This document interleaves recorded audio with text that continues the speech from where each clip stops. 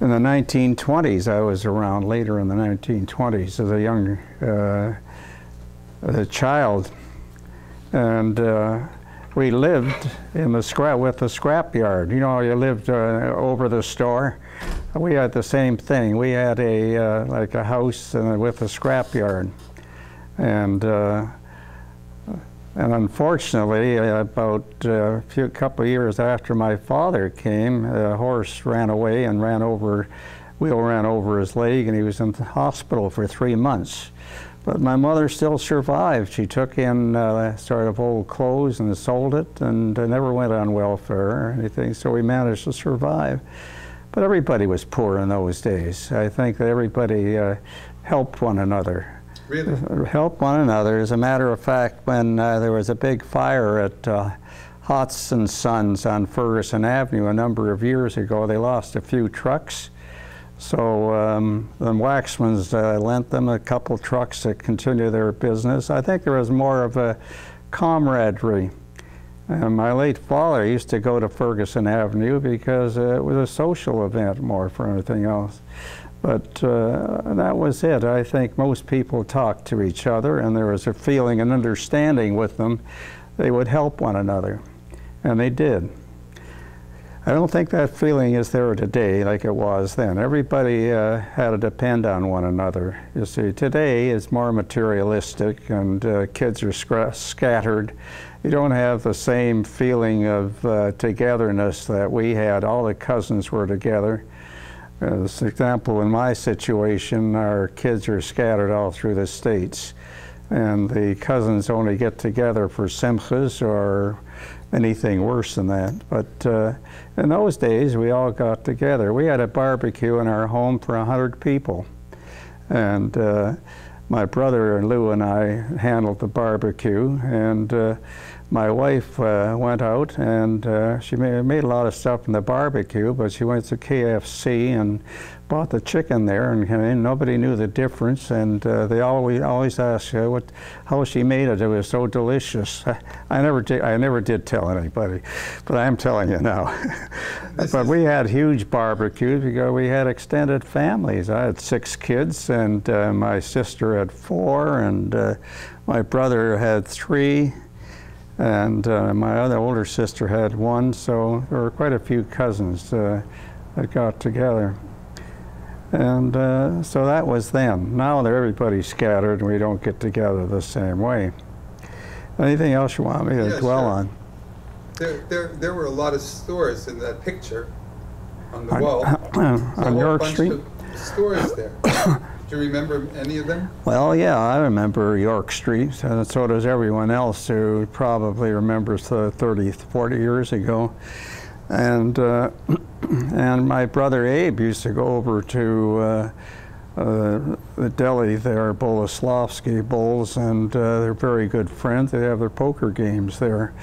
And as I say, they'd get together with people their age, and they would socialize quite a bit, more so than today. I think when you play bridge or so, you don't manage to have the conversations that we had then. They didn't have TV, we didn't have radio. The first radio on Cannon Street was a Philco that my brother Abe bought when he was working. He was in his early teens, I think, working. There used to be an arena on Barton Street, and my brother Abe would sell the peanuts there. Then he got the idea that maybe he should buy the peanuts and sort of distribute them on his own. So when he got questioned about it, he'd say it was just a poor house or so. But anyway, Abe got enough money together. We bought the first Philco on Cannon Street. And as I say, we lived in this house with a scrapyard until I went to high school, actually. And but I remember going to the market. I may have been 9 or 10, and they had rows of covered buildings there, and the farmers would come up to the rows there, and they back on and they sell their produce. And I used to go with my mother when I was a kid with a wagon, and she'd be arguing with the farmer, and I'd be about a block away or so. I was a little embarrassed about it, but finally she made a deal, and I'd pick up this groceries when we'd come home. But on the whole, it was, and we had a lot of people living around us, like the Latners were there, the Levines. Rabbi Levine was a block away at Ferguson Avenue with his kids. And so it was, and Rabbi Levine, I remember, used to pontificate. I wouldn't use that word with a rabbi, but anyway, he'd give his sermons that people wouldn't care for particularly, but he used to go to Ferguson Avenue and over to Hess Street. He didn't go to the Polish Shul, though, on Cannon Street. I don't think I ever saw him there, but he did go to the others. And but my father mostly stayed at the Ferguson Avenue, and we were only a couple blocks away. And people lived in the area. They were in Cannon Street, Catherine, Robert Street. You see, the Goldblatts were the most respected, I think, in the area, because they would look after new immigrants that come over and give them some work to do, and they were highly regarded in our city. And I just realized from Wendy that my grandfather was a Zorach Takafman, was a brother-in-law of it was Jacob Goldblatt. Yeah, I thought he was a cousin, but anyway, it turns out it's come down through with the Levies or so. I think it was Laser Takafman, so maybe it's not the same. I'm sorry? I thought it was Laser Takafman was his name. No, it's Zorach. Maybe they were brothers. Maybe it's not the same. Maybe there's another Takafman involved as well, but I know he brought over, Zorach Takafman brought over one of the daughters, that was Frida, just after the First World War, and she made a shidduch with Rabbi Levine's son, Laser. And it's an interesting story about when I started in public school. The teacher asked my mother, what my name was. She says, Laser.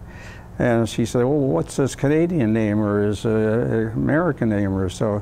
So my mother was nonplussed. Then I remembered I had an Uncle Laser, and they called him Harry. So I said, my name is Harry.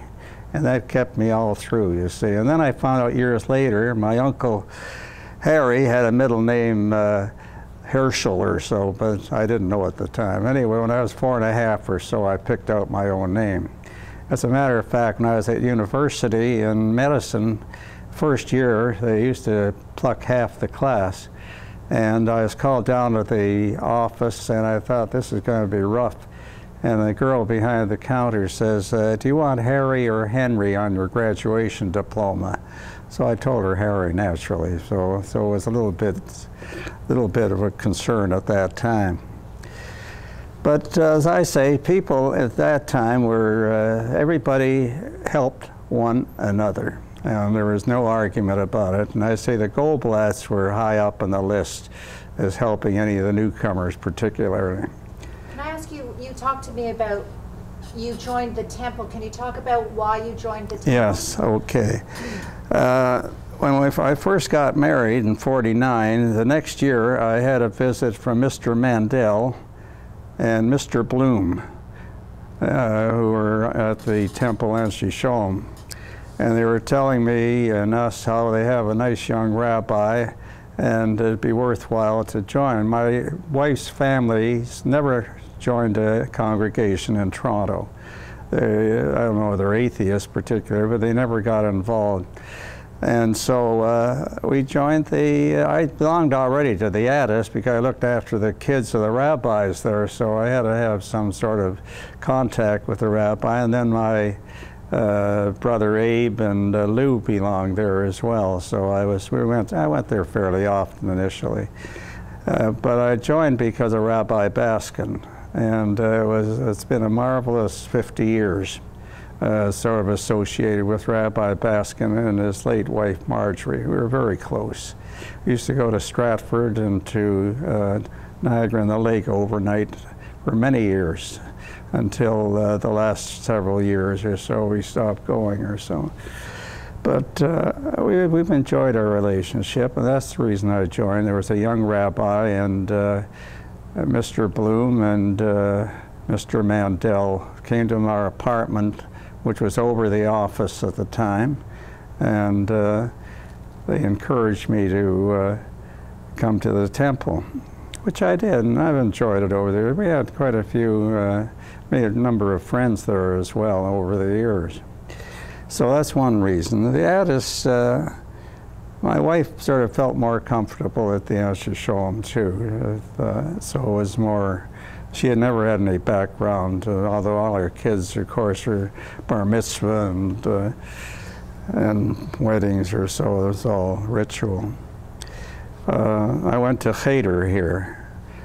Cheder, where I went to, there was a Mr. Loomer, who used to be a teacher, and he was on Cathcart Street, I think. And there was physical punishment, of course, if you didn't toe the mark or so. The same thing, I went to a cheder on Napier Street with my brothers, and the idea there was discipline. So I managed to pick up my Hebrew, I think, in that respect, in between a few little hard knocks.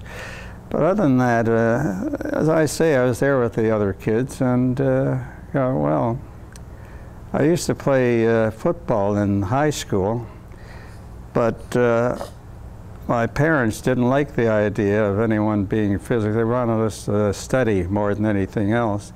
So I used to bring my football uniform home and put it under the bed. My mother never found it. She never cleaned under the bed, so I was saved, you see, and I managed to play 2 years. As a matter of fact, I have a picture of me in a football uniform when I was about 16 or 17, and I sent it on to my grandson, who is 6 years old, and he wanted to know what I looked like. He's a sports enthusiast. So I told him Grandpa played a football and gave him a few stories about it. I sent him a picture of me on the football team. So in those days, they say everything was more important. I think camaraderie, our friends. Dr. Shapiro had a tragic accident. He had his leg crushed when he was a young teenager, when he was still in high school with us, and he used to come over. He convalesced for about 3 months. I used to take the work from school, and he was in the same class as I, and we went over the work together, and so he managed to get through quite well because of that, because I say a lot more friendliness and compassion, maybe the word I should use, in the people that worked in those days. We were all poor, and we didn't realize it. I mean, I'd be on the street in Cannon Street and watch the cars go out to the beach and wished we had a car. Our idea of an outing was to 6 kids to get on the wagon with a horse and go out in the country. That was an outing, you see. So that was the idea of having a good time and have a picnic out in the country. So I say life was a lot simpler, and we didn't have the extraneous features that we have today, and I think the kids were better for it in a way. They didn't have all these attractions to go on. There was no such thing as alcoholism or taking dope or so as there is today, or the pressures put on kids, I think, as much. The only pressure, I think, was to learn. And I think that was the feature, I think, with most of us growing up in that era. Were there any Jewish organizations that you can remember? Well, when I came back, the GOI, the Grand Order of Israel, had me as their physician with the kids for $2 a month. So that was part of my connection with the local organization. One story about payments, though. There used to be a number of gypsies come in many years ago. They used to have storefronts along York Street. And Dr. Oliveri and I were the ones that seemed to pick up most of the gypsy kids. And with all due respect to them, they used to come in with their kids, but never paid us. Never got paid. They'd bring in their kids and they'd walk out and never paid us. So one day, I got a call to a storefront on York Street, And there we went in, and there was a baby there, and I looked the baby over and ordered something, and the young woman there, who's there by herself, she said, well, how much will that be? And I said, it'll be $4, because Mike Carr, who is a pediatrician in town, charged $4 for a house call at that time. And she put her hand in her bosom, and she took out $4, and she gave it to me. I was flabbergasted. I had never had this happen before. And on the way out, she said, let me see your hand for a minute. And she mentioned a few words, and she said, that'll be $4, please. So I put my hand back in my pocket. I gave her back the money. She put it back in her bosom. So otherwise, I think I would have been rather distressed, because it never happened before. But so these are things that happen, and I enjoyed my practice in pediatrics. It was very personal. And sad in some respects, because we didn't have the medications and the treatments we had. A number of children die of leukemia, brain tumors, things that we probably would handle later on. Measles, chicken pox, these are diseases that we handle today. As a matter of fact, when I was at the University of Chicago, the Children's Hospital for 2 years, I used to take Kodachrome pictures. We used to get kids from all over the world because of the caliber of the pediatricians there. And so I took snaps, like Kodachromes, of these kids with various types of illnesses that we don't see today, polio and measles and all these various striking things, type of rashes. And years later, I used to have a lecture for the residents called Pediatric Nostalgia, and I showed them about maybe 40 or 50 shots of the different kids that I saw, even kids born without limbs before the days of thalidomide. I had one baby holding in my hand without arms or legs, and this was before thalidomide. So these things did happen. I took quite a few shots of them, and one of the doctors, neonatologists, have copied them, but I told him I want to sort of have some record made that they were mine originally or so. Anyway, that was, and it was a different type of medicine we practiced years ago. And giving intramuscular penicillin and stuff we don't do anymore, you see. I think that was a bit traumatic. I felt in our office, the staff was always friendly but not familiar. I mean, we pointed out that they were always friends, always personal, and we knew everybody coming in. When I retired, I had 3,000 patients, and Dr. Margolis was working with me, and he took over the practice about 7 years ago. But he didn't want to do too much community work, and so he said, Harry, why don't you come in a day a week for a year? 4 years later, I said, that's it, I quit. And I quit for a few years, and I got involved in looking after these immigrant and refugee kids because there's nobody around to do that. And that's where I was this morning. I think one day I saw 15 kids from 15 different countries. And it's sort of satisfying in a way, because I picked up leukemias, rickets, stuff we don't ordinarily see, lots of anemias, thalassemia, iron deficiency anemia. So I feel I'm doing a service to these kids. And growing up, our family, as I say, we were always supportive of one another. When we had something going at our house or so, my brother Abe would give my wife $500, whatever it is, for whatever was going on. No asking. My brother Jack was an honest lawyer. He didn't do well, and we gave him hundreds of thousands, I think, without any idea. Come into my office, he needed some tuition for his son, $2,000.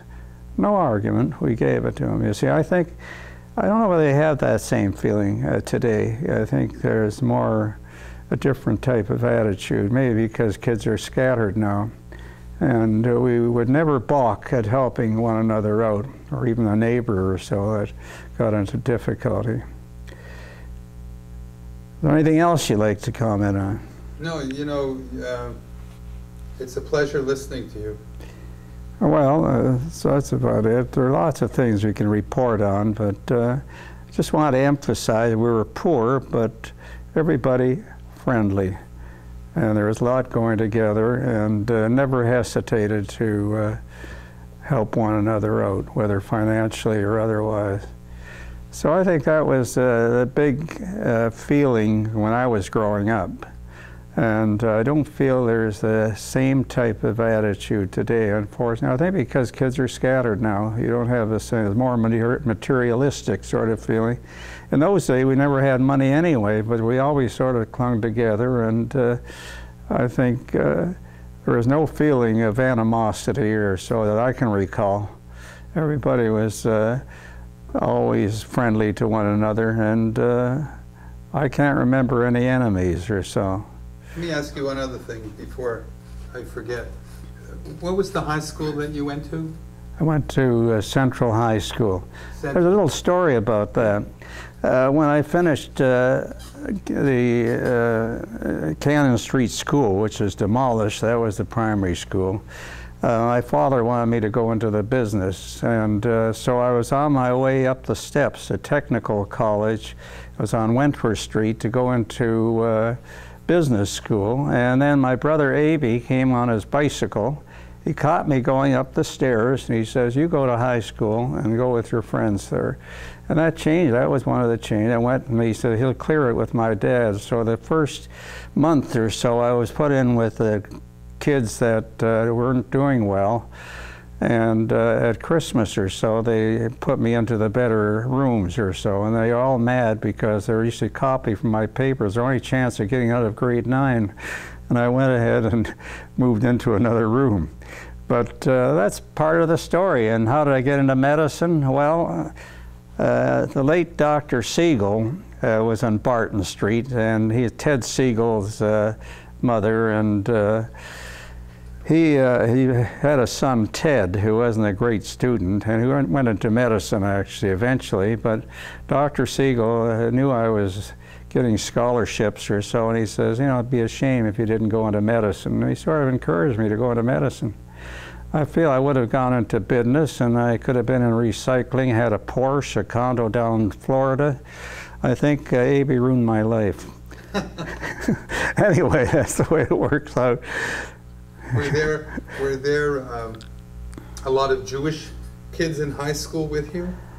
Yes, because a lot of Jews lived out on the East End, you see, so there must have been at least, there was Frank Shapiro, Alfie Sherman, a few others, Helen Yellen was in my class, so there were a fair number, and but because most lived out on that area or so that we'd be going, there was no such thing as Westdale on that day, I don't think, to any extent. Was there ever an issue about the fact that you were Jewish? Was there never had any problem. Even when I was a kid, I never had any difficulty. Nobody seemed to bring that up. I even took German in high school, as a matter of my Yiddish. Yiddish was my Mama-Loschen, and I didn't know English till I was almost 5 years old, so I still sort of keep up with Yiddish and reading the paper, so I sort of pick it up. And the way I got money in Toronto from my father is write home Yiddish letters. Never sent it to my brother Jack because he'd be down at the Royal York spending it. You see, he knew I'd look after things, you see, so he always sent me the money. But so it was, you know, it was, Yiddish was the language to get along with. Many years ago, I was on a cruise ship that landed in Havana, the last cruise ship, American cruise ship to land in Havana. And a number of the Jewish people on board, we went over to the synagogue, and they had about 2,500 members there in Havana.